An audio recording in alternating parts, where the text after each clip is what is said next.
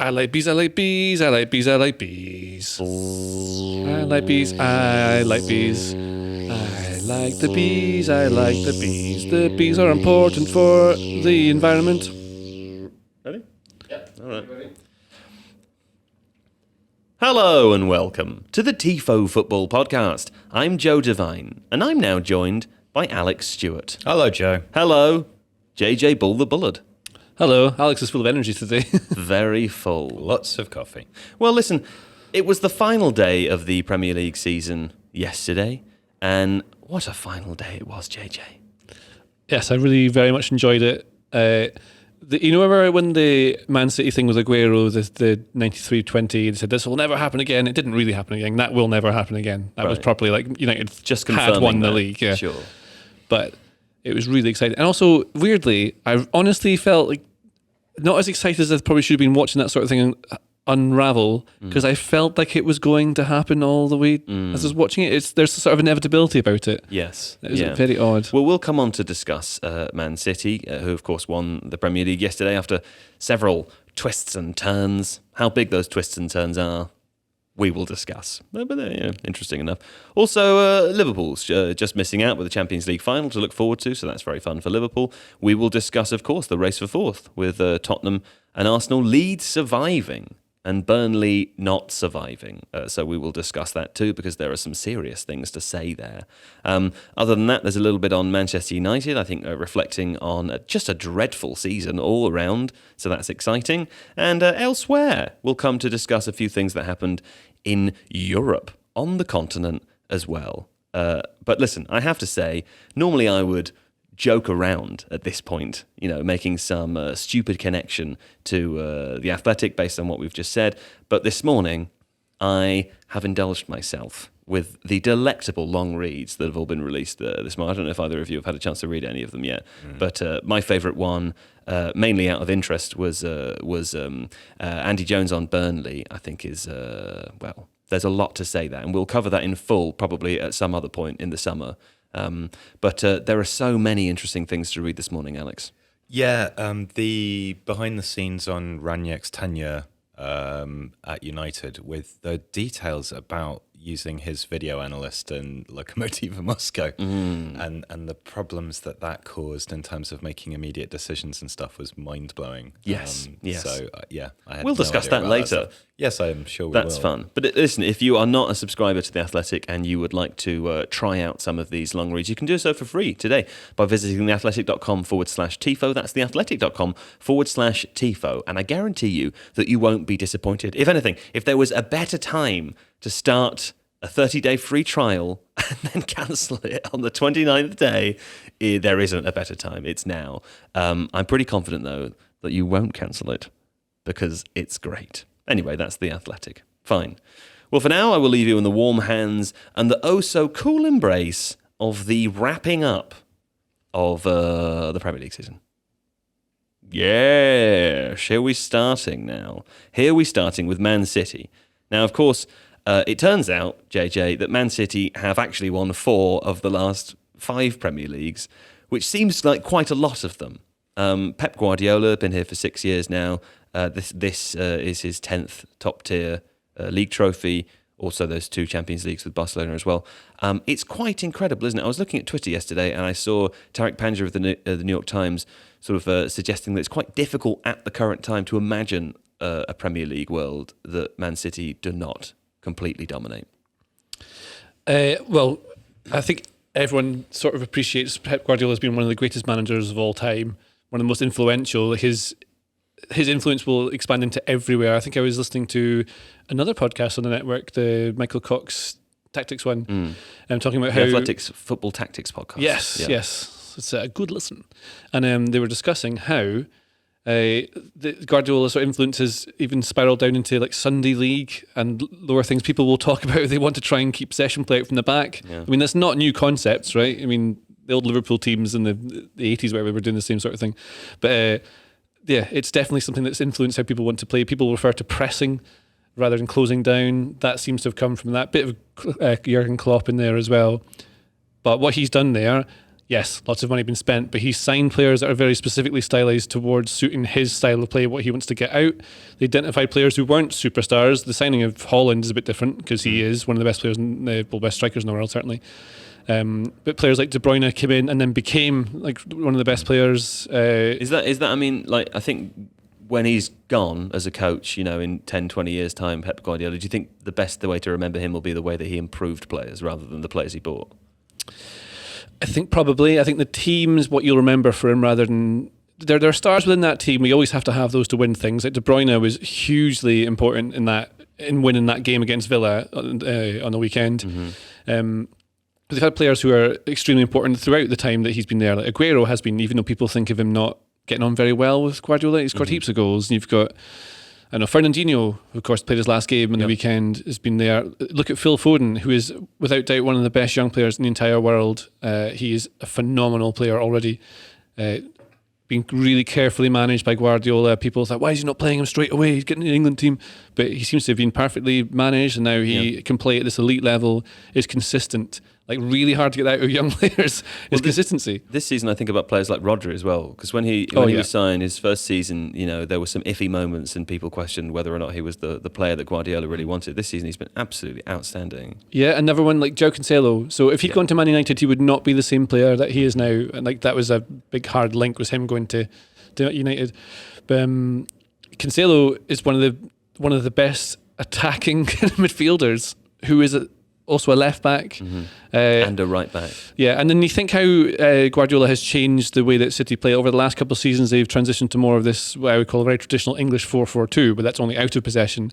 I think what I think of Guardiola is that my understanding of it is that the positions don't really matter and the numbers absolutely do not matter in terms of what a formation is for a team.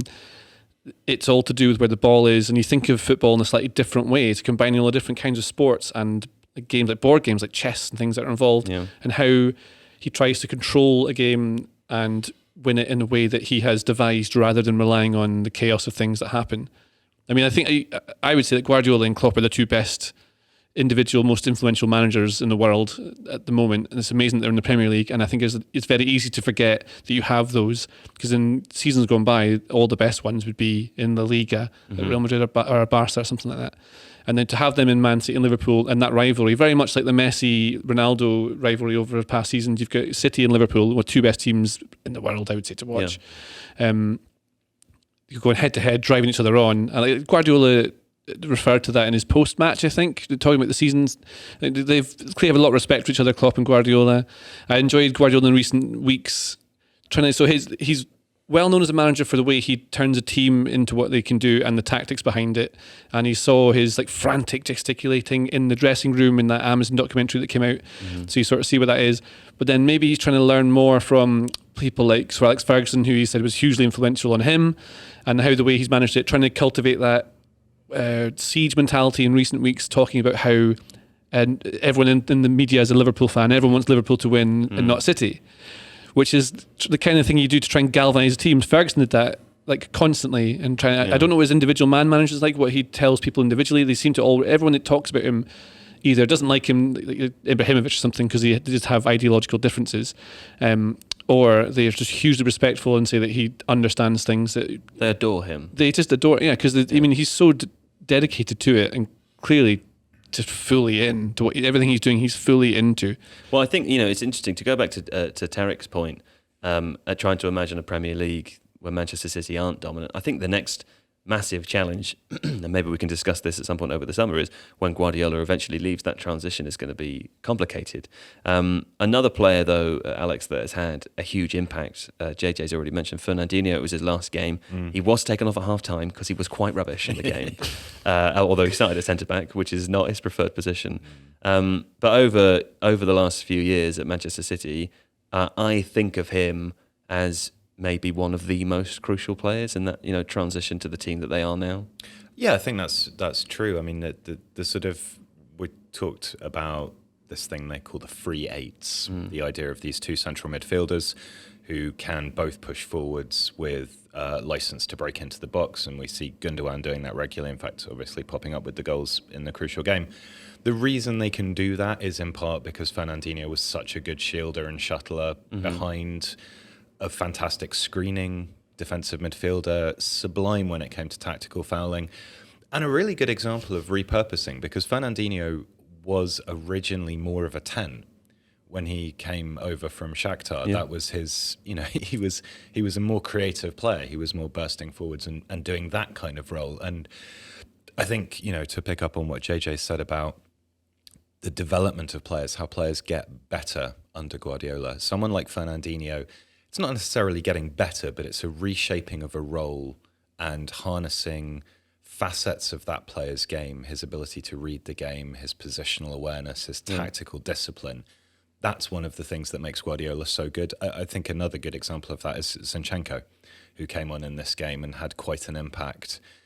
Not the sort of player that gets heralded for what they do, but just an incredibly versatile, reliable footballer who will do what is expected of him. And Guardiola is so clear and thorough on those kinds of things that players can move seamlessly in and out of his systems if they are good enough and clever enough. Zinchenko's a really good one because I think he, as you said, he's not hugely lauded within the team, but that is very specifically within the context of the Manchester City squad. When you think about him as a player, his qualities and his talent, and you put him in any other team, suddenly it's a lot easier to see why he's so good. Right, exactly this. And you look at someone like Angelino, who was there and is now, I think, still at RB Leipzig. Very good attacking fullback, gets forward a lot, creates a lot from crosses and so on, but obviously wasn't the right fit for that role, possibly because of this tactical understanding, intelligence, positional discipline, that kind of thing. Guardiola knows what he wants from footballers, and yes, he has spent a lot of money, but it's very difficult to see many of those acquisitions as not having been improved by him. And of course, footballers cost more money now than they used to, right? So, you can say, oh, well, he spent £100 million on fullbacks. Well, that's because that's what the market rate for really high-class fullbacks is now. If he'd been managing 15 years ago, 20 years ago, he wouldn't have had to spend so much. Sure. So it's one of those things. Okay. There's a Zinchenko sub as well. It was Guardiola was asked about that and said the exact reason he did it is because in the first half they couldn't get around Villa. So they were getting it through them, sorry. There was just no space in the middle, and it was the Christmas tree shape that Gerrard seems to really like, or Michael Beale, whichever one of them likes it. Sure. Shows the ball always wide, and they can double up or triple up on players in wide areas.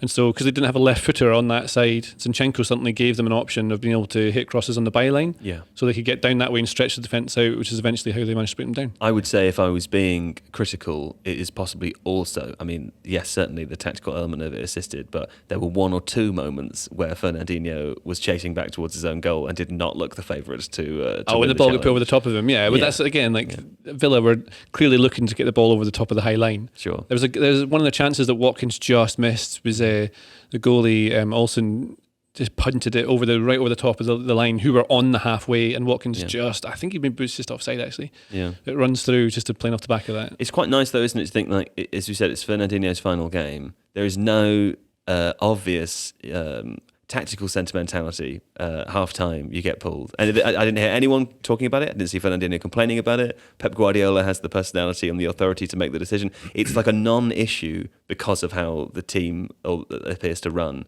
which is quite interesting. Jack Grealish, JJ, huge transfer last summer. People were very excited about him. I think there's a feeling that he hasn't contributed in the way that perhaps some fans expected him to. But Mark Carey wrote a great piece in The Athletic recently which suggested that's maybe not the case. Yeah, when you look at all the underlying numbers... So sorry, can we just turn the aircon off? Because it's really cold and it's making a noise. Thanks. Lovely. Oh yeah, you noticed that. Just so used to all this stupid noise in this studio. Yeah. Cool, I'll pick up from that. Better, yeah. Non-JJ. Yeah. Well, when you look at all the underlying numbers, this is obviously Mark's data, which is correct because he's very good. Right. It's Mark's data. Did he gather it himself? Yeah, yes. He counted all the numbers. Right. Just sits there with a notepad. Yeah. Yes. Grealish's underlying numbers are the best in the league this season when it comes to expected assists and open play in the Premier League this season. So he comes on top. De Bruyne is next, then Salah, then Elise at Crystal Palace, actually. Right. He was very highly thought of. Because I did think at half-time when they brought Raheem Sterling on, or in the second half when they brought Raheem Sterling on and had used, I don't know if that was a third sub or not, but they'd used their substitutes and Grealish clearly wasn't going to feature.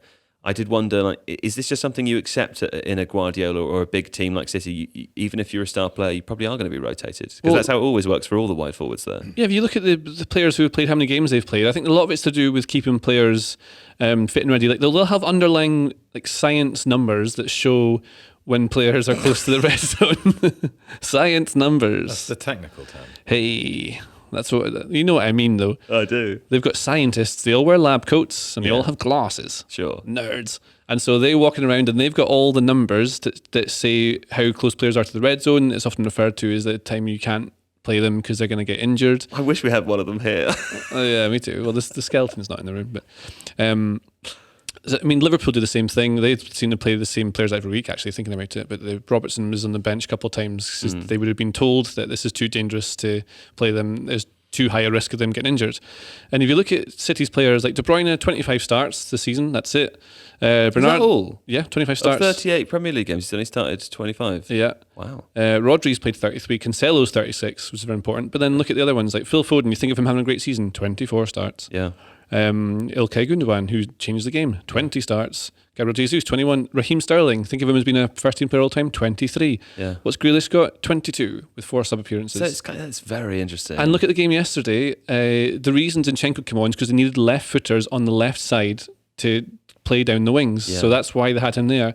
And you've got Foden is left-footed. Yeah. Keep him on the pitch. You can go down the outside to get you there. Raheem Sterling came on as a right winger, stationed by the byline to stretch the play to play on the right. Yeah. They've got horses for courses. Mahrez comes on when he plays on the right to come inside the pitch when they can overlap with the fullbacks. But they couldn't do that because they didn't have Kyle Walker, so they can't play with that overlapping fullback. Yeah. Cancelo, I think they moved him to the right, who would then come inside the pitch more often than not, rather than playing in either the half spaces or just the centre of the pitch, that sort of thing. It's all tactical.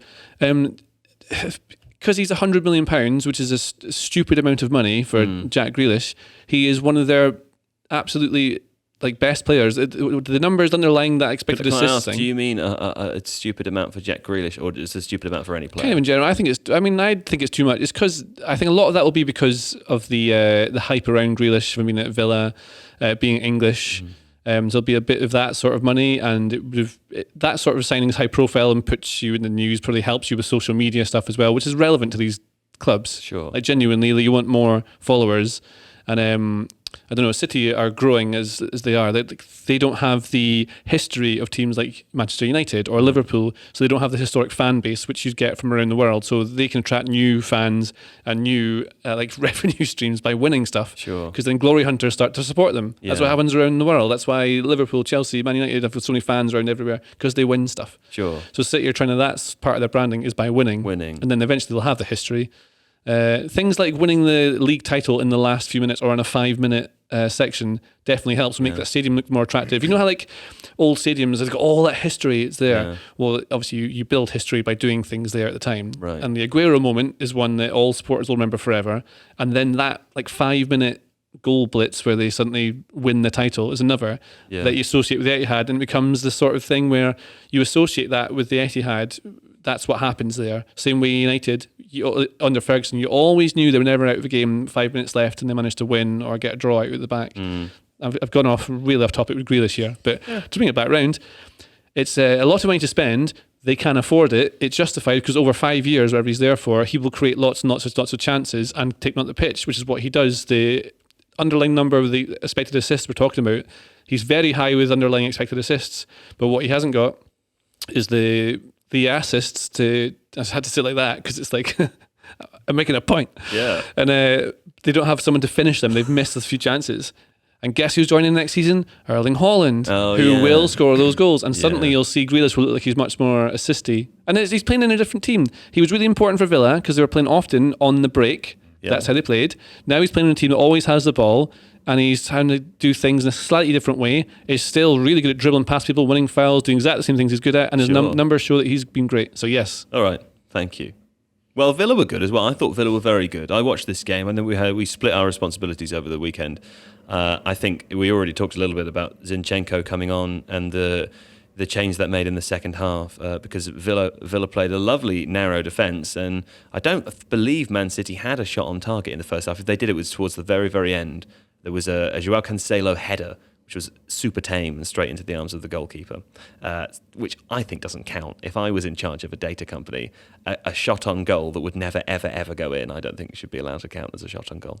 But anyway, we won't talk too much about Villa. We'll do that a little bit more over the summer in some more depth. But there is one thing I wanted to reference, newsworthy, Alex Stewart, is that Boubacar Kamara, I think it's been announced officially now, is joining Aston Villa on a free in the summer. This is a player that had been looked at by lots of Champions League teams as well. So it's I don't know if you would call it quite a coup, but I do want to say it because it's a fun thing to say. Quite a coup. Quite a coup. Yeah, I think it's a very, very good signing. Villa are putting together quite a fun and interesting team there. And there are, a couple of young midfielders, obviously particularly Ramsey, who've come through the system there, supplementing it with astute signings from other sides in England, like Watkins, maybe less so Danny Ings, but that's injury stuff. But then Kamara is the kind of, highly experienced. He's young. He's still only, I think, 22, I want to say. Yes, 22.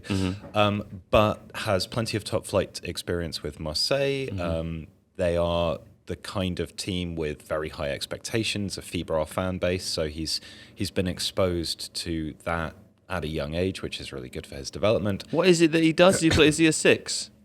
Yes, he's a 6, but not a progressive 6. Okay. So he's going to get the ball up the pitch to more creative players, but when you've got someone like John McGinn in front of you, that's fine. You give the ball to him and he'll do something with it.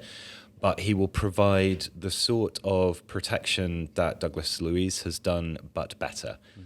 He's not quite as good at ball recoveries, but basically defensively in every other respect, he's a better player. He's also quite press resistant. He will carry it forwards reasonably well, but he just allows a lot of glue in that area. And obviously, Villa are looking with whether Target's still, Target's moved to Newcastle, whoever their left back is. I can't remember. Lucadinho's our left back.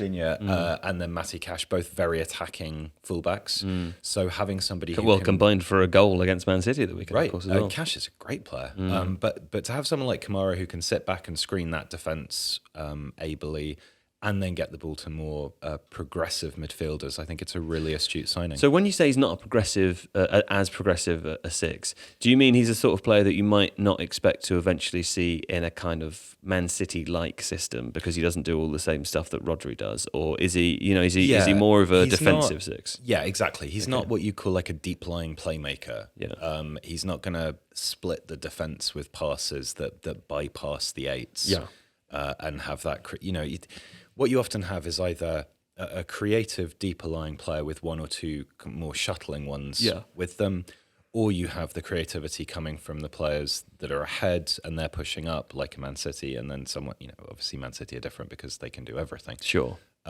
But I think Villa want to allow Ramsey and McGinn to be released forwards and to be that kind of threat pushing up through the half spaces or making angled runs directly into the box. And so Kamara sitting behind them, moving from side to side, breaking up play, getting the ball to more creative players in slightly more advanced positions, but not the one pulling the strings from deep.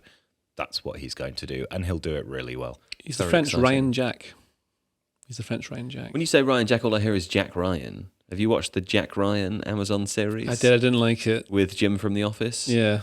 Because that's all I think is Jim. But that's the original Tom Clancy one, not isn't it? Bugsy from The Wire. Can't remember his name. Anyway, is it the original Tom Clancy one? Jack Ryan was the CIA operative for like Hunt for Red October. I like him because he's like all, I don't know if you guys ever read swords and sorcery fantasy books, but there's always a kind of shepherd boy, a poor shepherd boy, who turns out to be like the best at magic ever and is just the best. And I like Jack Ryan because he's an analyst, right? Nerd guy. He does the science numbers that you were talking about before. But it also turns out that he's really good at fighting. Sometimes he takes off his lab coat and there's like a ninja suit underneath You it. can see the rippling. Did you ever watch Merlin? Merlin? Yeah, the BBC like kind of... No. When television was just like normal terrestrial stuff on 4 channels or whatever, and there was that like Saturday afternoon 6 till 7 slot, the big power slot. It was kind of like sort of for kids, but adults could get into it as well. Sure. Merlin was that. It was like an adaptation of the Arthurian legends, but Merlin was very much the best at everything. That kind of person, but also a poor shepherd boy. I've got more to say about this, but I won't, because it's time for a break. And what a break it was. It really was fun. Tottenham and Arsenal. Oh, actually, tell you what, let's just brief reference for Liverpool, commiserations. We will be discussing them on Saturday, and they can't be too upset because they've already won 2 cups and they're probably going to win another one. But we will discuss them in more depth in a live stream we're doing on Saturday after the Champions League final. Very exciting stuff. One thing to mention there, I suppose, is that Mo Salah and Son sharing the Golden Boot trophy. But I would like to point out that Mo Salah does take penalties. So, in a way, Son's kind of scored more, hasn't he? He's scored more real goals. But all the goals are real, so it doesn't matter. Tottenham and Arsenal. Let's begin with Arsenal. JJ. Yes. I would like to say, I feel like this cannot be considered a failure for Arsenal. If we remember, we stretch our minds back to September 2021. Arsenal were bottom of the league. After their first 3 games, they lost all of them. They scored 0 goals. They conceded 9 goals. Things were very bad. Aubameyang left in January, of course, as well. We could debate whether that was the right decision or not. I think maybe it was. That's how I feel about it. But I think for vast portions of the season, nobody expected them to finish 4th. Recency, primacy feelings obviously make that a little harder, and that it was Tottenham that pipped them to the punch at the end probably makes that difficult too. But in terms of the team that Arteta has built this season, in terms of the fact that you're able to see what that identity is more and more as the season went on, and if you think about an aggressive summer transfer window hopefully coming up, they could be on course for top 4 next season, couldn't they? Yes, they absolutely could. So I think Arteta's changed them a lot. We did a video on this in Tifo IRL earlier, how they change what they play. And what is good is that their expected goals for and against have done this thing. I'm trying to do. Obviously, this is an audio medium, so you can't see what I'm doing. But what are you doing? You're creating a gap. They are creating more goals for and having fewer against. Yes. So chances created and that sort of thing. You mean they're more likely to score more goals in a game, and they're likely to concede fewer goals in a game another way than to they say were it, yeah. before. So they used to create all their chances out wide. This season they're trying to focus a lot more through the middle. So you can see that Arteta's trying to take steps to move them towards more what he wants them to be like. At the start, I think he was having to be quite pragmatic and change things off and on. So you couldn't really see what it was he was trying to do. And the players maybe weren't able to do what he wants them to do, and slowly he's building it. It does feel like a big disappointment because they haven't got the Champions League spot, and they should have done probably. Yeah. But they Arsenaled it just to reverse the Spursy thing that has always been going around. Sure. Fell apart at the last, couldn't handle it. Granit Xhaka calling people out for letting other people down, as though he hasn't done that. Sure. He cares though. Glass houses, Joe. I think it's disappointing, even though. Do you? Yeah, I do. Yeah. What? Just based on the entire season, or just based on the last month? I think It's, obviously they let it go over the last month. We all know that. But this is why I'm trying to take us back to the beginning of the season to get our expectations in order. Well, they had a big opportunity because they had United had been dreadful all season. It's the same way when Arsenal finished second that season that Leicester won the league. Yeah, right. That was a big chance for them to win the title. And they didn't do it then. Sure. Because everyone was bad. They were third until the final day as well. Yeah, I guess it's a good turnaround, but the difference, if you look at Spurs deserve that Champions League spot because they've got it, so the league table never lies. But I think you can look at the goal difference and see how much better Spurs have been. That's 29 plus goal difference for Spurs compared to Arsenal's 13 goal difference. You'd think that's probably a team who finishes in sort of mid-tables sort of thing. So, Seb Stafford-Bloor, who can't be here today, did leave me a note to say that he thinks if Arsenal had got a forward in January, and on the record, he thinks that letting Pierre-Emerick Aubameyang go was probably the right decision. But if they'd replaced him with a forward in January, he said, quote, they would have walked 4th. I don't know if they'd have walked. Well, I don't know. I'm trying to think what I actually think because I'm not sure. Now I'm starting to think I doubt whether it's disappointing or not. What do you think, Alex? I think that if you're Arsenal... I think Alex is also thinking about what he thinks. Because I slowed down. Yeah, no, I think if you're Arsenal... the problem is that Arsenal fans are not enormously rational about these things. as a fan base go, Specifically Arsenal fans. yes, on the internet, they are quite vociferously one way or the other. It's either the best team in the world and it's heading in the right direction and Arteta is God, or it's a cataclysmic disappointment and their failures and it's all horrendous. So getting some kind of perspective on it, I think if you look at the core of that side, there were some crucial signings that came in at the beginning of this season. So Ramsdale, Tomiyasu, Benjamin White. I think Sambi Lokonga's been really good. Then you've got a core of young talent there with Saka, who is wonderful in all kinds of different ways. Yeah. As an emblem of a club, like anybody would want Saka, right? He's a fantastic player, but he seems like an incredibly lovely person too. Smith Rowe as well. There's some really exciting young talent coming through the academy, which we talked about in a video with Art Deroche. And like they're in a really good place. Yeah. Betting in those signings and harnessing the youth that's come through and is then, getting better and better. Yeah. In the next couple of years, that's going to be a really, really good side. Well, can I say I listened to The Athletic did a live stream last night with the reaction from lots of writers about all of the different games, and it was interesting to hear Amy Lawrence on there. She described Arsenal fans now, on the whole, as having something to believe in. I think that's quite a nice way of thinking about it. I think that's absolutely right. If you're particularly, we've talked about how great Man City and Liverpool are, and they are phenomenal sides, and they have considerable spending power as well.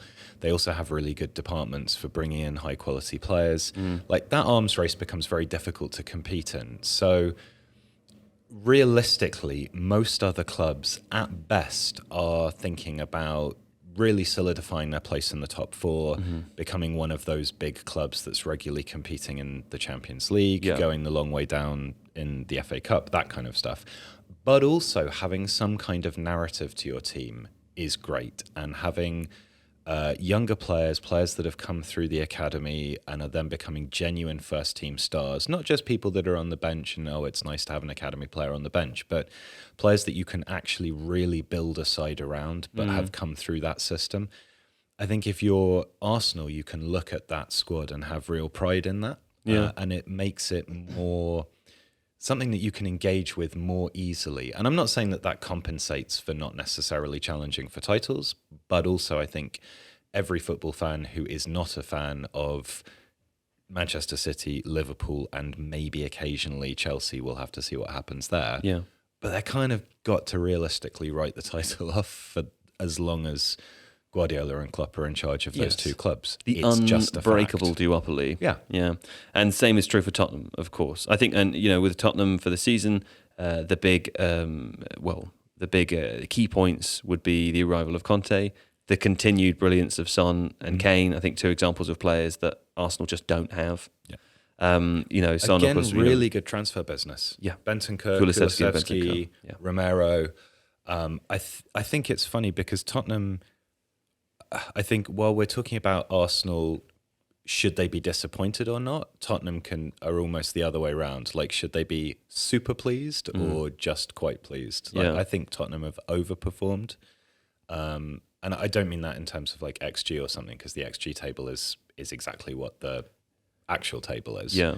That doesn't lie either, JJ. The men in lab coats Yes. are correct. But again, that's a team that's heading in the right direction in a slightly different way. But Conte described it as, I don't know if it was the achievement of his career, but it was one of the great achievements of his career, getting fourth with Tottenham, JJ. It absolutely is. That I don't think. Remember the team at the start of the season with Nuno? It felt very weak, vulnerable. I forget that Nuno was even there. Yeah, I really do. But then this is the thing, like, so they've not been as good as they were under Pochettino. I don't love Pochettino for a while. JJ hates Pochettino. No, I don't. Clear. It doesn't matter.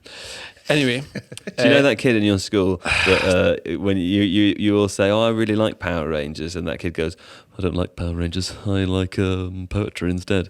That's JJ. It's not, because I like Power Rangers the most. Do you? Yeah. Fine. Okay. All of them. Anyway, bad example. I think Conte's come in and he's made that team immediately better. Every single player is better now or if they're not in the team. He's got Ryan Sessegnon looking like a half decent wing back. He's getting him into positions where he can attack at the back post, which is what he's best at doing. Yep. He's a forward, and he's managed to get Sessegnon to do that in that team. Matt Doherty's been rescued and is suddenly considered a great player again. He was basically going to be put in the bin at the start of the season by Spurs fans. Then you get the very best out of Kane and Son, and Kulusevski's come in as one of the best young players in the league. So the recruitment is already good. They are instantly better. They have a clearly defined style of play, and I don't think anyone in the league would consider them Spursy now. You consider them as that's like they are a team that is going to be difficult to play against because of Conte. It's there. Whereas I think with Mikel Arteta, and it's a very different process of what he's doing. So Arteta is building something for later. And it takes a longer time to build a nucleus of players who are young and know each other together and make them good enough to win. You need to bring in the sort of talent that can get you there, but that's hard to find and bring into a team who's not performing as they should. Maybe if they got Champions League, I think it could have stepped them up really quickly. And Arteta's doing that. He's clearly learning. But Conte is the finished article. He's one of the best managers in the world. He, along with Klopp and Guardiola, honestly, I'd put him up in the very top bracket. Arteta's not there, and you can see it's disjointed. They go... So whether it's the tactical part or the man management part or the recruitment part, don't know which is the bit that's missing for Arteta. He's learning. He will get there. It seems to be that he's on a journey of sorts, and he'll get to that. A trajectory. There's something you can see they're going places. This is why it feels disappointing, because I still don't feel it's great. I think like Odegaard's been a really smart signing. It's taken time for me to even see that, because the players like that come and go and they make some assists. Like Mesut Ozil, sometimes turns it on, you see it, it's obvious it's there. Sometimes Odegaard sort of flits about and doesn't do an awful lot. But in recent weeks, he's been really important. You can see he's managed a good little relationship with Saka on the right, whether that's just intuitive or whether it's been something born on the training ground they've worked on. I also think Seb's right with the striker thing with them. And Spurs do have the benefit of having Son, one of the best forwards in the world, and Kane, one of the best forwards in the world, there to be able to play with, so they can build on. But I think Conte will get his next recruitment window, if he stays, absolutely right, and could just justifiably expect to finish third next season, just because it's Conte. The players aren't good enough to do that, but he could make it happen. Okay. Whereas Arteta, I think, it could forever be in this sort of bracket where they're not quite getting to that next part, unless the recruitment becomes really good next season. That's all just hindsight when you come to that, though. Well, Alex, Seb Stafford Bloor, very keen to pull the strings from afar, wants us to talk about Romero. Says this does not happen without Romero. When he's been in the side, he makes a huge difference. Yes, and I think partly that's because, like JJ said, Conte makes teams difficult to beat, but also having a bit of a hard on the pitch is really helpful for that too. Romero has that experience of Italian football. He's used to playing in a back three because he did at Atalanta.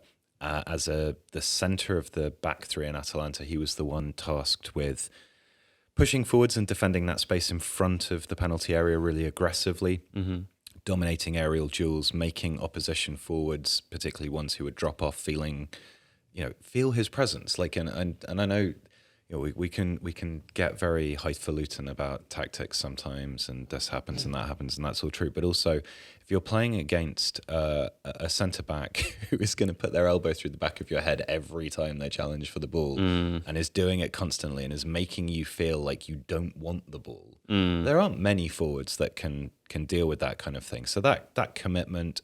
His ability also to move across into spaces and cover in behind the other defenders. Spurs have worked some really nice systems where the wide centre-backs have drifted out and up slightly because Romero's been able to cover in behind them. Lloris is not that kind of goalkeeper. He's not a goalkeeper who really hairs forwards and dominates his box in quite that way. So it's just really worked. But I think that's not just a tactical thing. That's also because Romero is that kind of talismanic player that Conte wants, and Conte wants players that will run through brick walls for him. Yeah. I wonder who recruited him, because I wonder if it was part of Mourinho's the famous bit in that Amazon documentary, which is so valuable, seeing behind the scenes how they manage, and you see the day-to-day conversations he has with people. And Mourinho's saying that you need to be C words. Yeah. For 90 minutes, you can be as much as you want. To be crabs. You can be crabs, yeah. Chocolate. So he was telling Moving them, sideways is beneficial to the tactics. especially when you're shuttling across in a small block. Sometimes that is actually true. And you can pincer across. No good when you're playing Brighton, though, is it? Two banks of They know how to pick up the crabs. They know how to pick up the crabs. And smash their heads open. But yes, so you hire Romero, who is this already one King of those. crab. He's King Crab. Yeah. one of the many kings of the crab world.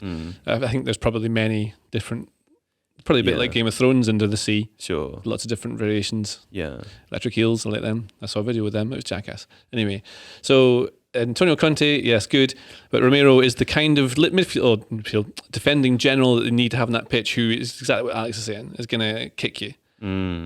Which you can't often get into a team because it's very hard. Mourinho tried very hard to do it, but Eric Dyer, bless him, just isn't hard enough. But Romero is. Eric Dyer's too nice for that. And that's no slight on him. And I often think about Southampton, my team. Like, Southampton as a team are just too nice. There isn't Oriol Romeo in there. No, even he. You need to have a couple of players that are, and I'm not saying that you take it to kind of Roy Keane extreme where you're throttling people and screaming in people's faces and that kind of thing, but you want to create a circumstance, and again, I think Arsenal don't have one of these either. You want to have at least one or two players that the opposition are like, oh shit, we've got to play them today. Yeah. Like City's got Fernandinho. That's not fun. No longer. And also Ruben Dias. Yeah. Ruben Dias is very elegant, but he's built like a brick outhouse, and he will go through people. I think you need that sort of thing. Like football, again, for all of the elegance and for all of the tactics and that kind of stuff, there are still individual battles there. And if you can dominate a player and make them think twice about going for the ball or slightly delay because they're a little bit worried about the tackle that's coming in, or have to scan that bit more because they're concerned about how close you are to them, that's good. You need those kinds of players. Well, I want to finish speaking about Tottenham and Arsenal with a little tweet here from Charlie Eccleshare, one of the Athletics Tottenham reporters, who interestingly points out, he says, in the worst top four race ever, he's doing a kind of facetious thing here. In the worst top four race ever that no one wants to win, both Tottenham and Arsenal finished with more points than the average for fourth in the previous 3 seasons, which is interesting because a lot of the narrative around it has been quite negative, both teams giving it up at different times, as Charlie points out, rival fans pointing out that nobody even wants to win fourth. That's how bad it is. Well, guess what, naysayers? It's not that bad. They've actually been better than the team that's finished fourth for the last 3 seasons. So, in your face, or something. Let's have a break now. Yes, it was a break. Leeds United have survived. Imagine that. 4 points from a final possible 6. 4 points from Brighton and Brentford. Is actually amazing, Alex. I really was not expecting that to happen at all, and I think we would not be saying goodbye to Burnley today if they had not got 4 points from Brighton and Brentford. Yeah, I think this was very much Leeds rescuing themselves rather than it being handed to them. It was an interesting game, the Brentford game, because they were not great. And in the first half particularly, there was a real nervousness. Melié's had a couple of howlers recently. They are still trying to play out from the back to a degree. Phillips dropping off, trying to receive those passes in.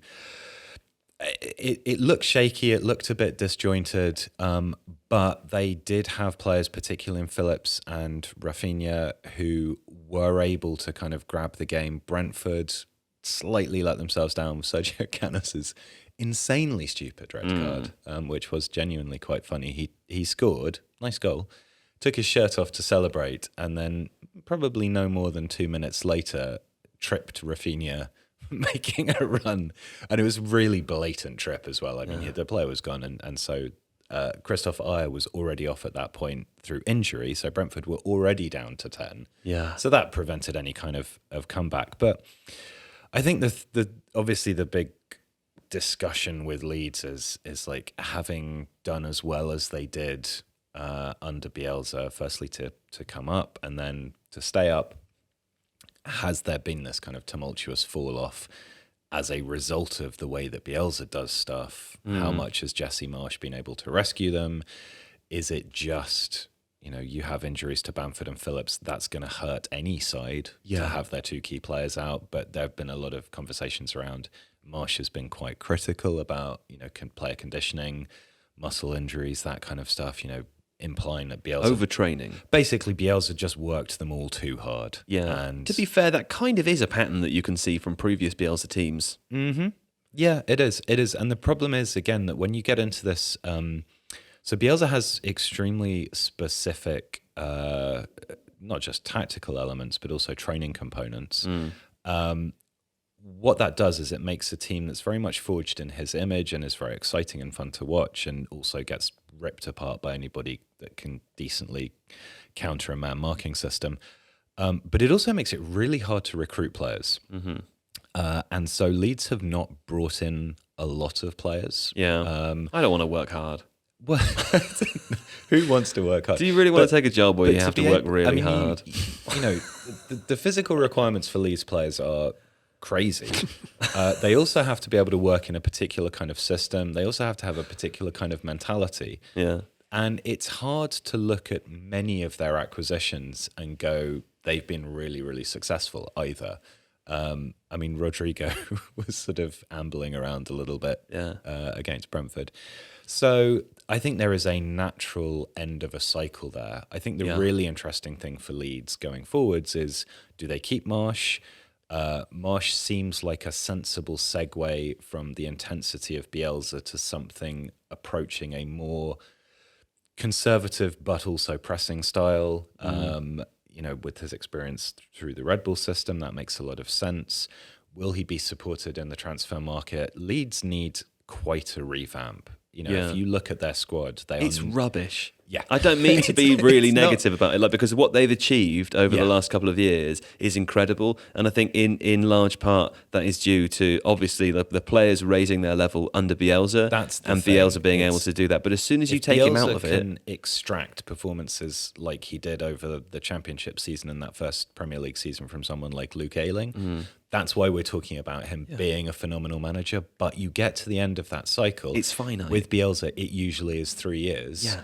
And then you're like, okay, well, or now we're in day. the Premier League, or a day with whoever that was. They can change their model now. Was it Lille or Marseille? Lille. No, Lille, because he was at Marseille for a bit longer. Leeds can change their model now because so they have to. Well, on that exactly, So Bielsa makes players better. He makes teams a lot better. But it can't last forever. Exactly. Yeah. So like Calvin Phillips wouldn't be the player he is if not for that. Bamford wouldn't be the same. Bamford. Bam wouldn't be the same player if not for him.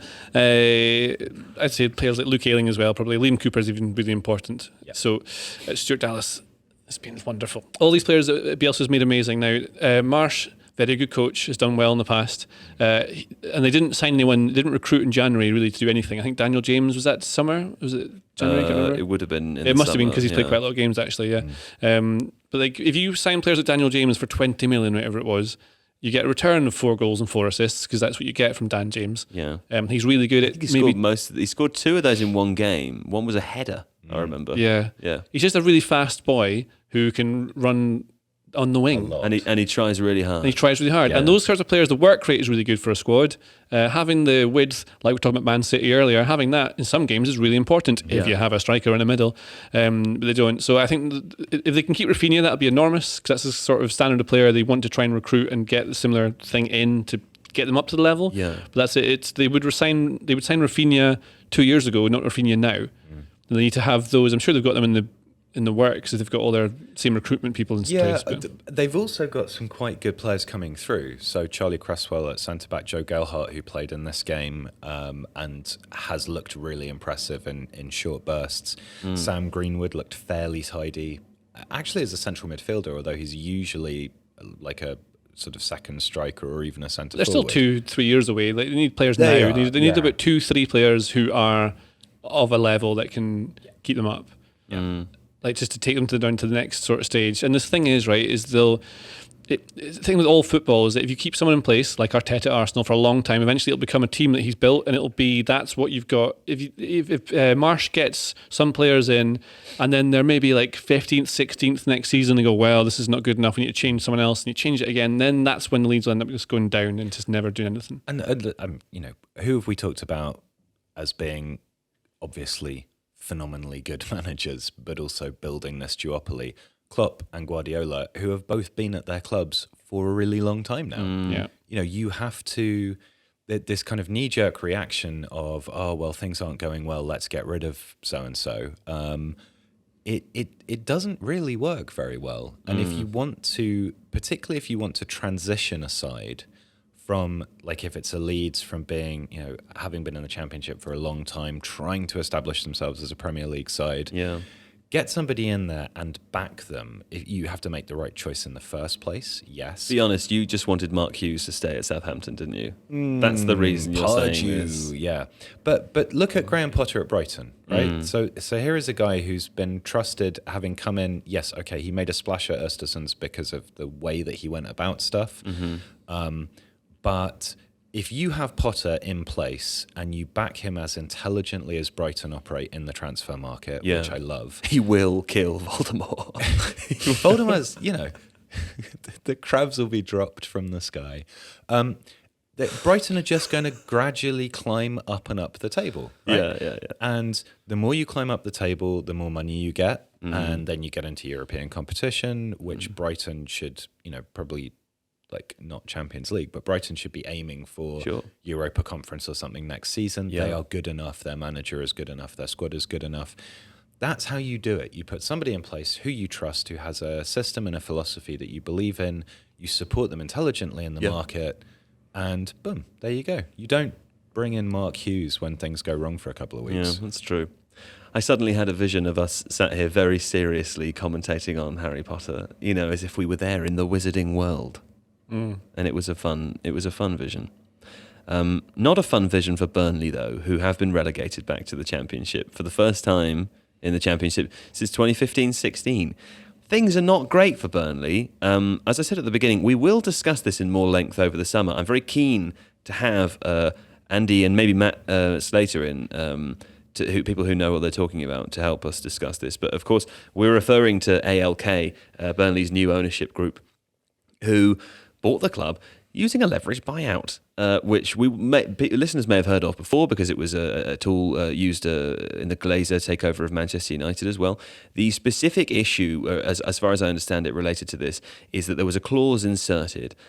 If Burnley were to be relegated, they would need to pay back some of that loan quite a lot sooner than they would if they hadn't been relegated. And of course, being relegated also means you have less money. So it's not great. And I think to fully understand that picture, we will need to discuss that with Matt and Andy as discussed. So we'll come back and do that another time over the summer. But from a footballing perspective, lots of injuries this season, JJ. It's been unfortunate. I think you can sort of link their fall all the way back to Chris Wood having a release clause, and that release clause being triggered by Newcastle, who at the time were in the relegation zone. And there were lots of jokes made and comments made about how, well, that'll be Newcastle swapping for Burnley then, and that's pretty much exactly what's happened. Yeah, but then the other side to look at that is that Wood had only scored, I think it's 3 goals. Let me just double check that. I think it's 3 scored. It was 3. It was 17 12 games last year. It was 14 the year before. So it's going to be something to do with chance creation that they've not. I should really have looked into the numbers actually, preparing for a podcast. But the science numbers. Yeah, the science numbers. But it's going to be that they're not creating as much. Often, this is my thing with Burnley, right? Is often they've got through with grit and like clever, well-drilled tactics that have meant that they've been able to. And they're a lot more aggressive with pressing as well and a high line than maybe you'd think with Burnley. And well, certainly under Dyche anyway. And they would fight their way through games, but this season the luck hasn't gone their way in a couple of times, which has turned into a couple of 1-0 defeats, which then turns into so see a couple of defeats in a row, confidence drops a little bit, you're not quite in the same absolute 10 out of 10 100% zone, and then you don't have the same fight and fire, and the other teams are just better because other teams in the league have consistently improved their teams with new signings. Burnley got rid of Chris Wood and signed Weghorst. Wout Weghorst. Yeah. Who is a good signing. Who's been excellent. Yeah. So I actually don't think the Wood thing is relevant at all. I think Weghorst has come in and made them arguably better. Yeah. He's probably a better player. Sure. And has adjusted straight away. It's more in the way, I mean, the last team of the season they played, so this team at Newcastle had Jack Cork, who's been there for ages, Josh Brownhill, who's all right, like Nick Pope's a semi-decent keeper, but I think a lot of Nick Pope are brilliant recently over the last month or two. Look at this way, who would you want to buy from that team in the Premier League who would you want to buy from that team that's been relegated? So they've all got relegation release clauses and they're cheap. I think you'd The left winger, what's his name? Cornet. Maybe pick him up, but as a squad player, he's done Dwight well. McNeil. He's the one I think you'd want to Van buy. Weghorst, Yeah. Nick Pope. I'd buy Collins. Tarkowski, I think, is leaving anyway. But is Collins is a potentially good centre back. Yeah. But like Tarkowski, right? So an obvious one. I'm mainly listing names because we played this game in the office earlier. JJ asked it as a rhetorical question, and then about 3 people who aren't even commentators JJ's publicly. expected answer is none of them. Yeah, Well, but no, I not think there's a that at few. all I think though. there's But a like, few. you look at the level they get to. Is like Dwight McNeil is a good player, but where would he go in? Like, what team would he go into and be really good at? I can't. Well, I think that the issue Yeah. with Dwight McNeil is that he's a very creative attacking player who plays in a team that doesn't really utilise that many of his talents. Right? Well, they've he's tried. restricted as a They play him result on the of that. left when they've got 2 strikers and he can put the ball in. And when they've got 1 striker, they play him on the right Sure. and he can play off the inverted winger type bit. I just think I think Dyche has had them overperforming for years. I don't think it's that the players are really underrated. I think they're all I think it's a good team, Yeah. but not good individual players. And Yeah. at a certain time, that's not enough. And it reminds me very much, like, I don't want to bring Aberdeen into it again, but it's very much like Aberdeen had Derek McInnes, similar sort of manager to Dyche, I would say, very much built his team around a core group of characters and people rather than individual players who are exceptionally talented. But that team is what was best. And as soon as McInnes was out, and it's fallen apart now, they tried to bring in players who are attacking and flair players, and it hasn't worked whatsoever. That's not what Burnley have done yet. But Dyche got the absolute most out of that team. I don't think Chris Wood made him much of a difference of him going. This is interesting you talk about Dyche though, because Roy Keane said after the football was finished yesterday, he was asked about Burnley and he said, they never should have got rid of Sean Dyche. And maybe that's true, but Burnley got 10 points out of the 4 games following Dyche leaving. And when you talk about a team that has been relegated and has as few points overall as they do, winning 10 points from 4 games is very significant. Yeah. There's a bounce, and they'll be galvanised as well with knowing that they're really in trouble. And like, not to say Mike Jackson hasn't done a good job with them or anything like that, because I'm just not going to analyse any of that. But if you think like those players have been set in their ways for a long time, it'll be the same. There'll be different drills every day, but it'll be the same sort of approach to training, the same principles in place of how you go to work and what you do there. And then suddenly, like, Dad is gone, and now like, that's maybe the wake up call. Like, we're in real trouble here, and that's the galvanise. And then we're up against it. Even Sean's gone. Like, we can get into this now, and Jackson got a few good results out of that. But eventually, not enough because they were already in trouble for most of the season. But then, I think, what's the long term? Like, who's the best person to get them back up next season? You'd think someone like Sean Dyche. Maybe it's Mike Jackson. I'm not sure how many coaching staff changed when he left. I don't know that either. But I'm suddenly thinking Dwight McNeil would work quite well at West Ham. he'd be all right. But then he wanted to play where Jared Bowen plays. You wouldn't get rid of him. And then you've got in their side. You got what's his chops plays on their side. Yeah. What's his chops indeed? Yeah. Yeah. I've already forgotten his name. Okay. Well, Everton, anyway, very we'll Everton talk player. more about Burnley over the summer. I think there's an interesting story to be told there. Watford and Norwich, of course, they're accompanying Watford and Norwich down. Little tweet from Michael Bailey here. Not going to lie, that lap of appreciation was probably the most sorry thing I have ever witnessed inside this stadium since I first came here aged 8. So I think that says everything you need to hear from the lovely Michael Bailey. Michael Bailey's such a nice man. I know, as well. and The I idea love that he Norwich would be too, sad. but I'm upset when Norwich upset Michael Bailey because I only want him to be happy. But anyway, there's lots of Michael Bailey's done a long read. I think they were able to release it about 2 weeks ago when Norwich actually went down. But I believe the title is something along the lines of A Complete Failure. Monumental disaster. Yeah, there's a lot to read there, and I'm very curious to see what Norwich do next. Manchester United, we've got a fair bit to get through still, so stick with us. Manchester United, let's discuss these guys real quick, of course. Here's a question. Can you think of another team that has added, Alex Stewart, the equivalent or relative quality of a Ronaldo, Rafa Varane, Jadon Sancho, and then dropped 4 positions in the league? Because that's bad, isn't it? Yeah, it's laughable, really. They've had a terrible season, and that's a terrible return. And Yeah. I think you can't really think of many more ways in which it could have gone wrong. No, I don't think so. I mean, this is, we've talked about these guys ad nauseum, haven't we? But this is a team desperately in need of some sort of identity. A tactical identity, yes, absolutely, but also an identity that exists above that, a move away from just being a sort of corporate behemoth with lots and lots of commercial ties. And I know that this sounds like a kind of really easy pop to take, verging on the point of it being, what's the word I'm looking for, an exaggeration. But it is not. That Ronaldo was basically signed because they didn't want Manchester City to sign him. I mean, it kind of fits. He scored them 18 goals. He has scored them 18 goals. He's still a decent player, no doubt. But this is wasn't considered. It wasn't considered. It would require, or it did require, a huge tactical shift from the way that they were trying to play. You can't embark in one direction and then suddenly shift it around for one person who, is not just a good player, but is also immensely demanding and egotistical and wants everything focused through him on the pitch. It's just a bad idea. Yeah. And there have been signings like Sancho, great signing, fantastic footballer. Needs a little bit of time to adjust perhaps, but clearly the makings of a world-class winger there. So use him properly. That's who you should be building your approach around, not somebody who is aging and is going to give you 2 seasons at best and also cause other problems. And I wonder with Sancho, I mean, I'm not saying this is him because I don't know any ins and outs, but there's so much from Rangnick and people like David De Gea who keeps coming out and slagging everyone off, saying if you don't want to be here, don't be here. Often players don't get in the teams not because they're not playing well, because they're just not.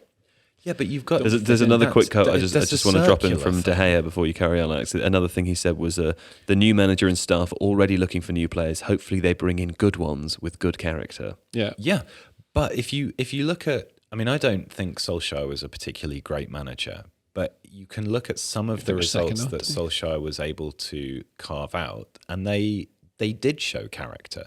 Yes, United would go down because they were tactically not very astute and a bit weak in some regards, but then they would fight back and there would be decent comebacks against, in some instances, good sides. That shows resolve. Character is not just because a player is stroppy and not being used in the right way. You could be looking at a dressing room that is divided and you're thinking, I'm not being used in this way, but also this player's being listened to too much, or these guys don't like each other. Well, we were talking about crabs before. There's a few crabs, isn't there? Yeah, there are some big crabs. Yeah. On the pitch, I mean. Sure. Yeah. Who were the crabs at United there? Well, I think McTominay's a bit of a crab on the pitch. Yeah, I'd say so, I think that Fernandes is a real crab. Got to say, I'm really on board with this crab thing. I agree. I think it's great different too. type Luke of Shaw crab. can Fernandes be a is crab. not a crab. Fernandes is a jerk on the pitch. All he does is moan about is he wants what to everyone be else a is doing. crab, Right. but He's approaching a verbal- it. Yeah, he A does want to be a verbal crab. crab, He's like a crayfish. He sounds fancy, but he's not really. Yeah. I was talking about crayfish. Crayfish doesn't sound fancy. It does a little bit. Crayfish is one of the least fancy fish I can think of. Cavani's a crab in a good way. Cavani's a crab. I think Luke Shaw's a crab. He's a tough boy on the pitch. He can be. I think he's really come on in that sort of regard as well. Yeah, but yeah, I think they're missing some. I think they're missing everything. There's a really great bit in that. Speaking of things in the Athletic today, which you can sign up for. Is it Laurie Whitwell's piece today? It's so good. Talking about Rangnick's secret Russian. Well, I'll tell analysis. you about this. Man United received tactical advice from an unpaid Lokomotiv Moscow performance analyst, Lars Kornetka, who was formerly Rangnick's assistant at Lokomotiv Moscow, has provided live analysis on United's performances from Russia. The situation has raised eyebrows among some staff members, with Paul Brand, United's head performance analyst, somewhat sidelined, sitting in the stands. I mean, it's quite extraordinary to me that, I think I was saying to you before, but the idea that you would trust more, perhaps, the analysis of someone who is not there, doesn't have access to all of, even just the same sort of camera angles as the current analysis team, is probably just using a tool like Y-Scout, and has never managed a team of the level of Manchester United over the entire team that you have available. I'm not sure what the ins and outs of that are, but just imagining why that might be the case, that's quite extraordinary to me. And if you're a player in that dressing room looking at that stuff happening, you're going to be thinking, I'm not sure I have full confidence in what's going on here. Sure. Like, particularly if you're a new signing who's been brought in from an outfit that was very professional in that regard. Yeah. And then it turns into this I cluster crab. It makes absolute sense to me using people who you trust and who have in-depth knowledge that you need to be able to do that sort of stuff. Like there's, again, part of that Laurie's piece talking about how Rangnick kind of sidelined Mike Phelan for a long time, but by the end of his tenure, which is now, he'd come to really rely on him because he was making tactical adjustments within games and recommendations that were working, which is something that Solskjaer definitely benefited from, as did Sir Alex Ferguson, because Mick Phelan knows what he's talking about. Yeah. Having the analyst there, I don't think it's that daft a thing. I don't think it's daft to get analysis from someone you trust. I think it's what it says about the team that are already coaching staff in is place, there, but then what it would suggest to but me, the whole at thing, least. like Rangnick didn't know that Erik ten Hag was watching in the stadium. Like that is pretty nuts because is that he didn't know he was there. He didn't know he was watching. He was told that in post-match and didn't know. So that's one thing. That's communication problem within the club. I mean, and it sounds very much like it's been run by like the Bluth family at the moment. The way that club looks. The Bluth family from Arrested Development. Yeah. So the problem that Rangnick would have with having that guy who's not there, so he's remote, is that players, I think people will respond to leaders who make decisions and clearly explain them instantly. So they come in with the knowledge and they explain it there. The problem that comes across in Laurie's piece is not that the guy is giving them evidence or analysis that they need to be able to then develop and put training drills in. It's that it comes in just slightly too late so that Rangnick can't make it, so then he looks like he loses a bit of authority.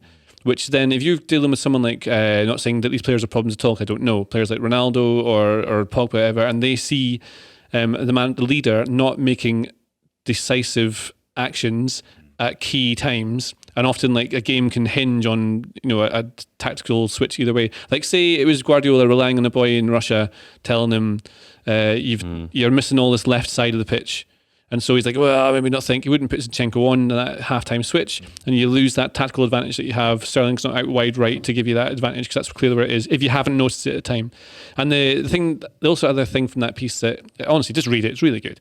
But the thing I really recommend or remember about it is how Rangnick tried to, because he's an interim manager, he felt he couldn't put his actual vision fully in. He was trying to sort of accommodate players, and that's his big regret, is that he didn't go harder on what he wanted to. We talked about how they don't have any identity under Rangnick, so it's been a failure. I think it's been bad leadership and management from Rangnick in that regard, because he's trying to do two things at once when he shouldn't have done. If he'd come in with a clear vision, he would have put things in place the way they should have been, and players might have responded to it better. Even though those players he have can't do what he wanted to do, it's all a bit of a big mess. But he says that him and Ten Hag are going to be able to recruit players. He's referring to it as United would be working together to go forward with that. Okay. Well, I'm very curious to see what happens. One other quick note on Manchester United as well. I don't know how real this is or not, but I saw Sky Sports reporting that Pogba had held positive talks with Juventus, and I think it was, I was watching the Galazzo show on BT on Sunday, and BT Sport, it's not BT. BT Sport. Sorry about that. Yes, yeah. Thank you, JJ. And see, when you correct me, I thank you. Whereas when I correct you, you look at me like you hate me and you want to kill me and you think I'm a big crab. Anyway, the two Jameses on there were laughing at the idea that Juventus had, if they pull this off, had got Pogba for free once and then sold him back for 100 million and then got him for free again, which has to be some of the canniest transfer activity I can think of. But Pogba just one of a number of players who will be leaving over the summer, plenty more to come in and lots to discuss as that occurs. But let's move on from Manchester United to elsewhere. AC Milan beat Sassuolo 3-0 on the final day of the Serie A season, winning Serie A for the first time since 2010-11, which incidentally is the third different champion in 3 years. Quite nice, that, isn't it? Rafael Leao scored a hat-trick of assists. Didn't score them, he got them, because that's how you get an assist. He provided a hat-trick of assists. Olivier Giroud with a brace as well. Some nice scenes. Inter, Napoli, Juve will join Milan in the Champions League final places, and Atalanta finishing in 8th, missing out on European football for the first time in 6 seasons. Something else that was interesting, watching pitch invasions. Maybe we should have talked about pitch invasion earlier with the Man City thing. We'll come back to that. There was one, the Sassuolo Stadium as well. Seats 24,000 people. 18,000 of them were Milan fans for that game, which is quite funny. Just sounds like what happens in Scotland. That's what, yeah. Sure. Pitch invasion. Very quickly on pitch invasions. I know it sort of sounds like, fun police to say maybe don't do that, but my wife was watching the end of the Man City game, watching all the celebrations, and she was very upset at them for breaking the goal, as was I. All sitting on the goal, breaking the goal. I'm looking at JJ because I think JJ will say, it's a bit of fun, it's fine. But if I look at you, Alex, I think you're more likely to say, I mean, they did hit Robin Olsen. Yeah. Someone did, or maybe it looked like two people did. No, there's a real problem with this. They were like the opposition players having to rush off to avoid being attacked in the case of Robin Olsen. The winning players having to rush off and not being able to celebrate, and then having to come back on. I think I don't want to sound like fun police. I know it's like being a teacher at school, but when I watched it, I didn't feel overwhelming joy. I felt for the groundskeeper who was probably looking at his sweet grass and thinking, good Lord, this is going to take a long time to fix. Well, everything in history is cyclical, right? And things come round, like wars and everything like that. I know it's going a bit big with that, but everything in history comes around. Wars unless you learn from it. And like back in the day, there used to be cages in stadiums where you get pressed up against it. Obviously, very bad. That's not going to come back, right? Yeah, we don't want that. No, we don't want that to happen. But what seems to me, this is a bit of a out there kind of thing, is that the fourth wall, like the separation that exists in football, like there's no wall separating people in the crowd from players, and it's almost like slowly people start to realise that actually nothing is stopping me from doing this. I can go on the pitch. Like it's happened before, obviously, but it's only like one or two, and then now you're on to revolutions when the people rise up and realise that the very small number of police can't do anything to stop you en masse. Exactly, these are the not actual like rules of like life that exist. Is that you don't go on the pitch, you can, but you also can't, but people just sort of do. It's kind of an illusion, and it's all an illusion, and everyone has to adhere to this or it doesn't exist. Right, it doesn't, like Santa, you have to believe in him or he doesn't exist. It's a sort of collective agreement. Exactly. Which has been broken recently. And then people all want to be famous. People all want to get their little 5 minutes and be like, I've got a video of me punching Robin Olsen, whatever they've done. It's really dangerous. It'll end terribly. Yeah. Something bad will it sort of already has. Like Robin Olsen got assaulted. Well, on a pitch. There's at the very Billy least Sharp getting assaulted. Yes, that was awful. Which and that's the not. There's degrees of badness or whatever, but that was really bad. Blindsiding somebody with a running headbutt. It's no good. But there are degrees as well, actually, because that sets a precedent. So then someone else has got to beat that. Yeah. And then someone else has got to beat that. So they've got the best video or the best moment. I think it's a lot to do with this, like you say, that this kind of performative element, and you see it sometimes as well with certain YouTube channels or whatever, people getting weirdly angry and enraged, but on camera in a way that feels kind of staged, and it's as if you somehow have to ramp it up beyond what would be normal, because that's how you get your clicks and that's how you get your hits. And this whole thing of now being on a thing and people posting on Twitter like, haha, this is the video of me where I'm, swearing at Patrick Vieira or whatever. It becomes about getting that moment. Yeah. Rather than, there are obviously going to be some fans who are just happy and are swept up and they've done something that people have always done, and it's not great, but it's not the end of the world. But there is this element of it which will escalate, exactly like you say. And for very sensible reasons, a lot of the things that used to be the answer to that, like a really heavy police presence or, barriers, you cages, would say that kind of copper stuff. Well, they're not going to be the case now because, for safety reasons, which is great, obviously, because you don't want cages in front of things because, that leads to people dying, and that's even worse. But there has to be something that prevents this sort of thing, and it's not looking like it will be fans going, oh, I don't think that's a great idea. No.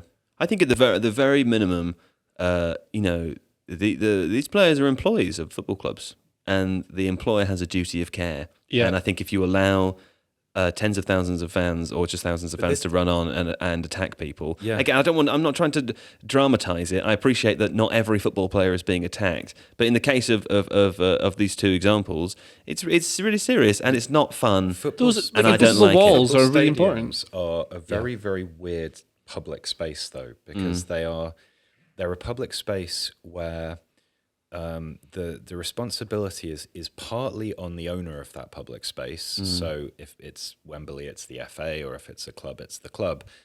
But also because it's football, it's kind of policed a bit. Yeah. And there are specific laws that apply only to football stadiums, you know, like not having alcohol in view of the pitch of certain levels of the game and so on. And so there's been a shift away from policing grounds, partly because of the expense of doing that. And, you know, if police appear on the concourse at Wembley, the FA have to pay a certain amount of money and so on.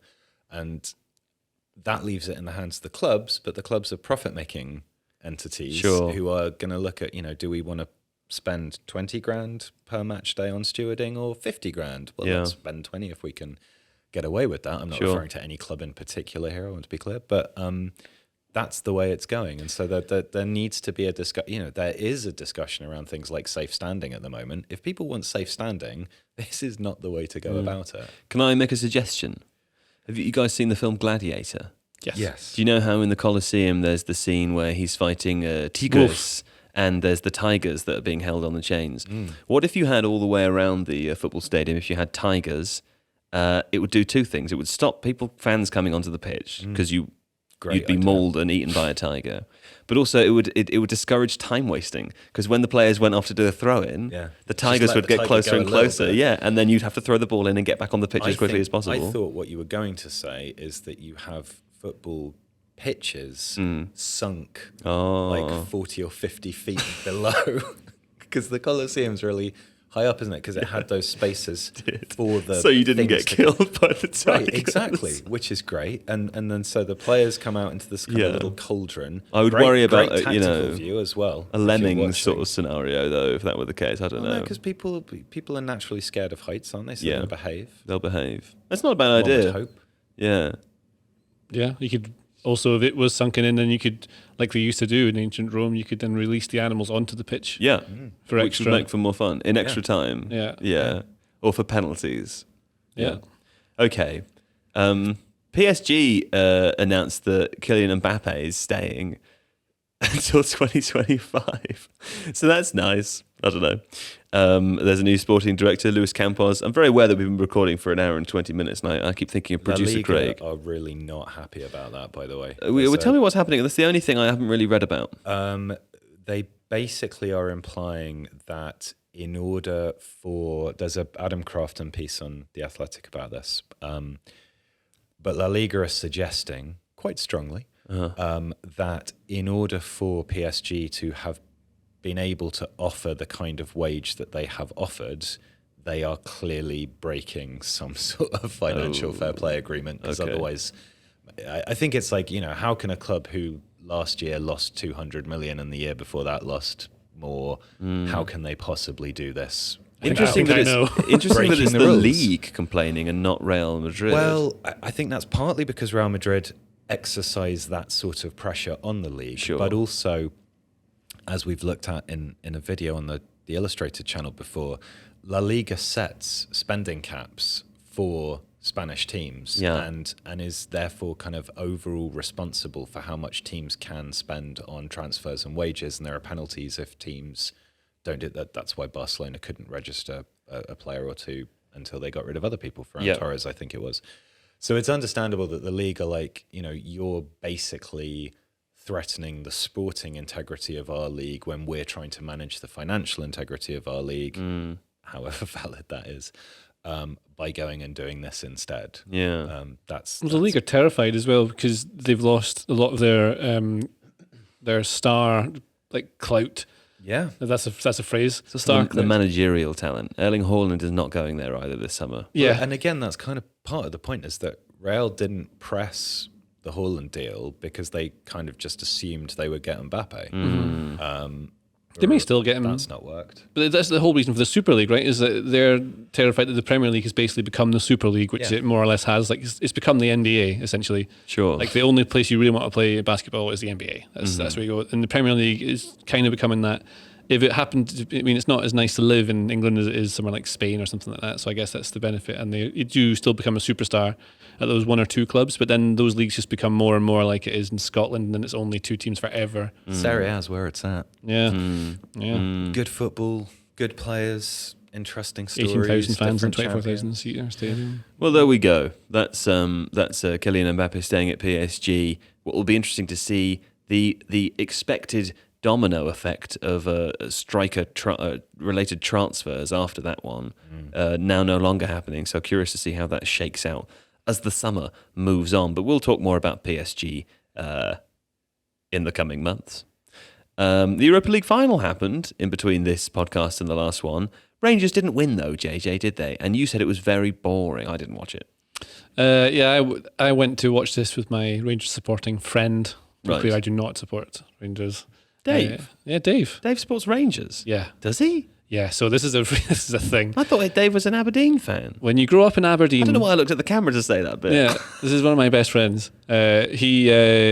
He supports Rangers. He says it's because he mostly did it to wind up his brother, who supports Aberdeen. So Right. the big rival for Aberdeen is Rangers. It's formed out of winning stuff, but also various historical things. Yeah. And a big tack on the 80s and stuff. And also to wind someone up, very reasonable reason to support a team, It's I think. funny. I mean, it is funny. And it's always funny. Yeah, so he supports them. But this is the thing. So in Scotland, the big problem for years was that everyone would support Celtic or Rangers, whichever one was winning the most. The kids would support that. Yeah. I think in recent times, especially in Aberdeen, the manager Derek McInnes, who I mentioned earlier on, who managed to make Aberdeen into a team who could push Celtic sort of and won a cup. Whereas I've grown up, very few people would wear Aberdeen shirts when around Aberdeen or the Shire. That's Aberdeenshire, not in case you get all hobbity on me. Well, Then I was feeling a little hobbity. Yes, good. And so now I think what they've done really well. Aberdeen's done really well. I say that, is that kids now wear Aberdeen shirts. Yeah. And it sounds silly, but that's the kind of thing. Like look at AC Milan, take 18,000 to Sassuolo. So that's just 18. And there's people in Sassuolo. Is that a place, Sassuolo? I don't think so. I don't know. I'm not sure. Wherever, I don't know where they play. Sorry, but they're not going to wear Sassuolo shirts. They'll be wearing AC Milan shirts over time, because in the past it was always them or Juventus that everyone would support. I don't know what you're saying, really. Sassuolo is a place. It is a place. Yeah, I don't know. It's in a region, though. What's the region? Emilia-Romagna. It's Glory Emilia-Romagna. Hunters. My point is that- Emilia-Romagna, my wife tells me, very famous for the being the founding location of a very specific pedagogy. Oh, So, that's interesting. Yeah, Rangers lost. Rangers lost. There we Yeah. go. We got 3 players in the team. Would it of annoy the you if season. I was a Rangers fan? Sorry? Would it annoy you if I was a Rangers fan? I don't really want to get into it on our podcast. I think maybe I am. I don't know. Talking of Italy very briefly again, you were saying about uprisings. Yes. I've just been reading John Foote's book, Calcio. Oh. And I've heard of that one. Calcio, possibly. And back in the 1920s, there was an uprising in Viareggio where there was some crowd trouble after a game. And then the local anarchists seized on the opportunity after they'd sent the Carabinieri packing, ended up taking over their barracks and holding out for like 3 or 4 days. It's funny, isn't it, with Little anarchists? leftist uprising. They say they don't believe in anything, but they definitely believe in opportunism. No, they do believe in stuff. Just trying to make a joke. Oh, right. Did they kill the rich? Some of them, probably. Yeah. That's not to be encouraged, obviously, violence. Speaking of the rich, RB Leipzig won the Pokal in Germany. A goal down and a man down after a red card. 1 on penalties. That's what Seb wrote there. Seb was very keen for us to talk about it, though. He said the reception in wider Germany, dismay. People don't like that, of course, for understandable reasons, because of the 50+1 model of German football, and the way that clashes with Red Bull's football model. Again, that's a thing. But congratulations to Tom Wervel, Yes. having escaped the scattergram to go and work for RB Leipzig. Sure. Yeah. Well done, Wervel. There he goes. I think it's Warville. Wervel. Yeah, there was a big. This is very boring. I mean, listen, if you're still listening an hour and a half into the podcast, you can hear this. There was a big conversation in the amongst the editors here about whether it was Werville or Warville, and Werville sounds more like a sort of ratty creature from Harry Potter. makes me think of Werther's Originals. Those hard sweets. Werville would be, you'd think he was a evil sort of character, but then turns out to be good after all. Like all the Harry Potter ones are. You think they're all bad, they turn out to be good. Tom Warville. Aren't they all good apart from the one who's obviously bad? Because what really annoys me about Harry Potter? Why is he not powerful at all? He's useless. Harry. Who's Harry? Harry Potter in Harry Potter. Oh, he's not powerful. He's got no power. He's got power. His power is that his mum and dad loved him. Great. He's not like, he should be like Luke Skywalker and have powers. He doesn't do anything. He doesn't does zap have anyone. powers. No, he fair, doesn't. He Luke accidentally gets through Skywalker things. He stumbles also- through it. He slashes up Malfoy in the toilets, big time. A lot of blood. Yeah, a lot of blood. Luke Skywalker has He did to do that. learn a load of stuff first. Yeah, Luke And leaves Skywalker had a before Yoda. completing his training, which is why things don't initially go that well for Isn't the him. boy like, what's his name? Like Longbottom is the most powerful wizard in the world. Or something Neville like that. Longbottom. Yeah, is that a theory or something that he's meant to be the most powerful? Someone's more powerful. Never heard this theory. It's a hero's journey, right? That's obviously what that book is. Yeah. It's just a copy of Star Wars all the way through. What, Star Wars is just a copy of like The Bible. Yeah, I mean, obviously it's the hero's journey. It's the there's oldest no need to say Shakespearean something's tales a there are. copy of something because one's everything's Yoda? a copy of Is he everything. Jesus? Well, it annoys Yoda, me. I think, is God. I'm pretty sure Yoda's God. Yeah, Yoda's more like what's his name? Dumbledore. Dumbledore. I Right. like The Mandalorian. Yeah, didn't watch it. Which one would the Mandalorian be in Harry Potter? Who is the Mandalorian? It's a religion, Mandalorian. So he's one Mandalorian. Yeah. It's not a race, it's a religion. He's very emphatic on that point. Marco Rosa has ended his relationship with Borussia Dortmund, or at least the tweet says BVB and coach Marco Rosa end their relationship. Bit of a shame, Alex. There, everyone was quite excited about that a year ago, weren't they? Yeah, didn't work out. A lot of it's been to do with injuries and losing Sancho, but also questions about how good he's been tactically and to what degree that team was carried in a previous couple of seasons by Favre making magic things happen and just having a couple of phenomenally good players. You take one or two of them out of the mix. Yeah. And it all falls apart, but Dortmund need to be good. Otherwise, Bayern just walk it again, don't they? So Great video by Seb today. Yeah. Tifo IRL Yes, as part of the absolutely. Tifo Football show on how to end Bayern's dominance. dissolve You the can't. club. Well, Yeah. speaking of removing one element and it all falling apart, Alex Stewart has an announcement to make. Now, Alex, your camera is here. Oh, okay. Please look directly down the camera. This is not right down the lens. going to be embarrassing. And please tell people why it is that you've been fired from your job. I'd like to point out I've not been fired. We was fired. I was fired. No, I wasn't fired. But this is my last official podcast as a full-time Tifo employee. Don't look at me, look at the camera. Yeah, okay. Because I don't know. I'm not going to explain why. This is an underwhelming announcement. I want to know. What are you going to do? I'm going to write other things. I'm probably still going to do some stuff on football. I'm going to be on here occasionally as a guest, which will be good. Yeah, when we can't get anyone better. Yeah, so once every couple of months maybe, when JJ goes on holiday. But yeah, it's like I've been here a long time now and I need to do something a bit different. Right, And I fine. think we've done what we set out to do, didn't we? Really? To a degree? Oh, I don't know. Not sure. Okay, well, Not we sure. can discuss that afterwards. You'll tell me in the exit interview. It's going to be fun. Are you going to be there? No, I'm not allowed. Okay.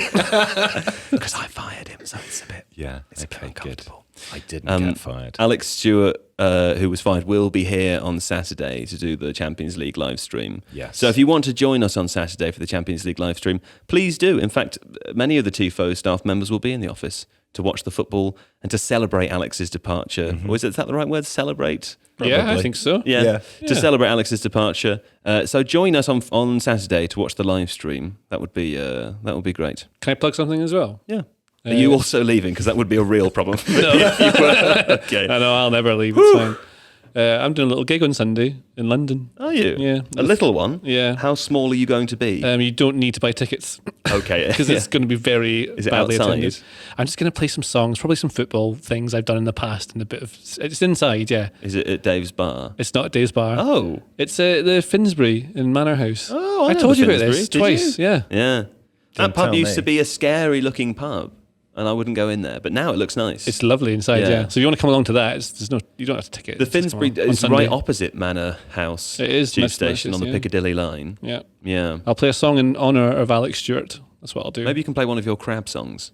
I do have some crab songs. Are you going to wear your crab costume? I've done it before. I'll think about it. When I wear the crab suit, I have to be in character as King Crab. So, Character. yeah, it's character. We in the art world take the drama of these things very seriously, don't we?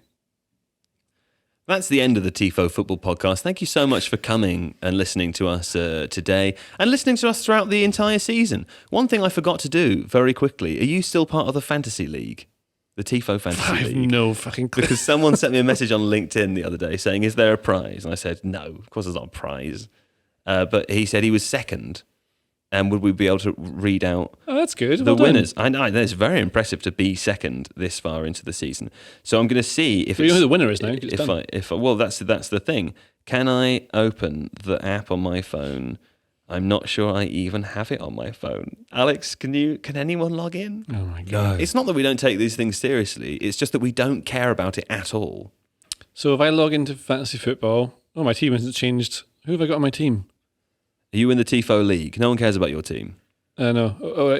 You're actually not. You're not even in the Tifo League. The Tifo staff. Oh, there's a Tifo. Who won the Tifo Staff League one? Table staff. Don Ma. Don Yeah, of course it was changing Producer his Don. team every week. Oh my god, he did it by miles as well. Right, I'll just log in quickly then. Hold on. We can probably cut some of this stuff out. Yes, we finally logged into the Tifo Fantasy League. And I can announce now that the winner of the Tifo Fantasy League is not Shane McGowan, who messaged me on LinkedIn to ask if we'd read the winners out, because Shane McGowan dropped to second place at the end. So sorry about that, Shane. Love your work, though. It is Stefan Breen with the team named There or Thereabouts. I mean, He's there. he's there. Captained Huming Sun in the last weekend. That's how he seems to have won it. Inspired. Yes. Inspired. A couple of other shout-outs.